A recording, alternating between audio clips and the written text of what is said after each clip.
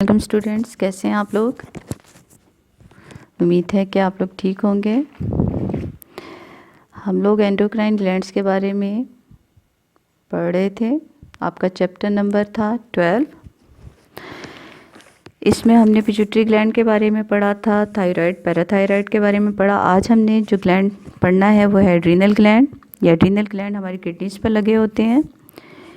जिस तरह हमारी किडनी का लॉन्गिट्यूडनल सेक्शन पढ़ते हुए हमने बताया था कि इसके दो हिस्से होते हैं, रीनल कॉर्टेक्स और रीनल मेडुला। इसी तरह हमारे इस ग्लैंड के भी दो हिस्से हैं। बाहर वाला जो होता है उसे हम कहते हैं एड्रीनल कॉर्टेक्स, अंदर वाले को एड्रीनल मेडुला। एड्रीनल मेडुला जो है वो ख़ास किस्म की सिक्रीशंस पैदा करता है और इस हार्मोन को हम कहते हैं एड्रेनालिन या एपिनेफ्राइन। एड्रेनालिन जो होता है इसका काम है हमारी बॉडी को स्ट्रेस की कंडीशन में जो है उससे निपटने के लिए तैयार करना। मसलन अगर हमें कोई खौफ हो, कोई डर या गुस्सा, तो ऐसी सूरत में हमारी उस सिचुएशन को नॉर्मल करने के लिए यह हार्मोन सिक्रीट होता है और प्रिपेयर करता है हमारी बॉडी को to overcome the emergency situation. इस हार्मोन को क्योंकि ये इमरजेंसी में सिक्रीट होता है इसलिए इसे कहते हैं इमरजेंसी हार्मोन। इसी तरह जो हमारा एड्रीनल कॉर्टेक्स बाहर वाला हिस्सा जो होगा इस ग्लैंड का, वो ख़ास किस्म की सिक्रीशन पैदा करता है जिसको कहते हैं कॉर्टिकोस्टेरॉइड। कॉर्टिकोस्टेरॉइड का काम होता है हमारे ब्लड के अंदर सॉल्ट और वाटर की मिक़दार को बैलेंस रखना। इसके बाद अगला हमारा जो ग्लैंड जिसके बारे में हमने पढ़ना है वो है हमारा पैनक्रियास। आपकी बुक में पेज नंबर 49 है और ये तस्वीर में आप देख भी सकते हैं। अपनी बुक की पेज 51 पर आप इन ग्लैंड्स की लोकेशन देख सकते हैं, एड्रीनल की लोकेशन, इसी तरह पैनक्रियास की लोकेशन आप देख सकते हैं। हमने पढ़ा था कि जो ग्लैंड्स हैं हमारे एक्सोक्राइन होते हैं या एंडोक्राइन। हम जो पढ़ रहे थे ये एंडोक्राइन है। पैनक्रियास एक ऐसा ग्लैंड है जिसका कुछ हिस्सा एक्सोक्राइन और कुछ एंडोक्राइन के तौर पर काम करता है।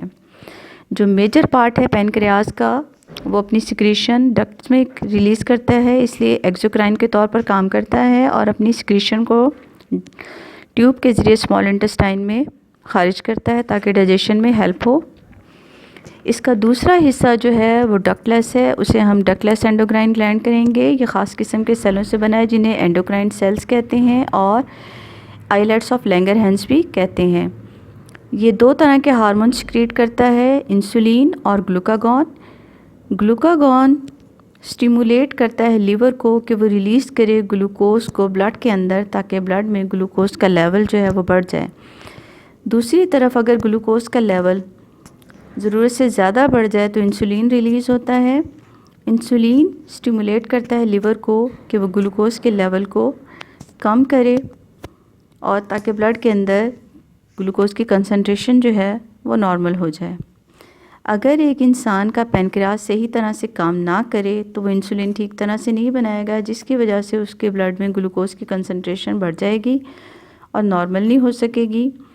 दोनों हार्मोन जो इंसुलिन और ग्लूकागॉन है वो सही तरह से नहीं बन पाएंगे, कभी शुगर का लेवल कम कभी ज़्यादा होगा। तो ये इस बीमारी को डायबिटीज़ मेलिटस कहते हैं, जिसमें वेट लॉस होगा, मसल्स वीक हो जाएंगे और थकावट का एहसास होता है। इस मकसद के लिए कुछ टेस्ट किया जाता है जिसे शुगर टेस्ट भी कहते हैं। आपकी बुक में इसका टेबल भी बना हुआ है, ये देख सकते हैं आप टेबल।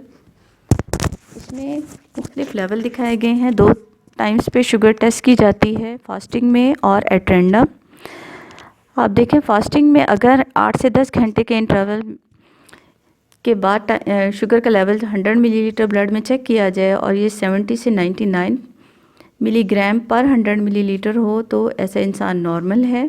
लेकिन अगर 100 से 125 मिलीग्राम आ रहा है तो प्री डायबिटिक है और अगर 126 से या इससे ज़्यादा है तो फिर वो डायबिटिक है। इसी तरह एट रैंडम अगर चेक किया जाए, मसलन अगर उसने कोई ड्रिंक लिया है जिसमें शुगर थी और उसके 2 घंटे के बाद टेस्ट किया जाए, अगर लेस दैन 140 मिलीग्राम आ रहा है तो वो नॉर्मल है, 140 से 200 आ रहा है तो प्री डायबिटिक है और अगर 200 से भी ऊपर है देन वो डायबिटिक हैं।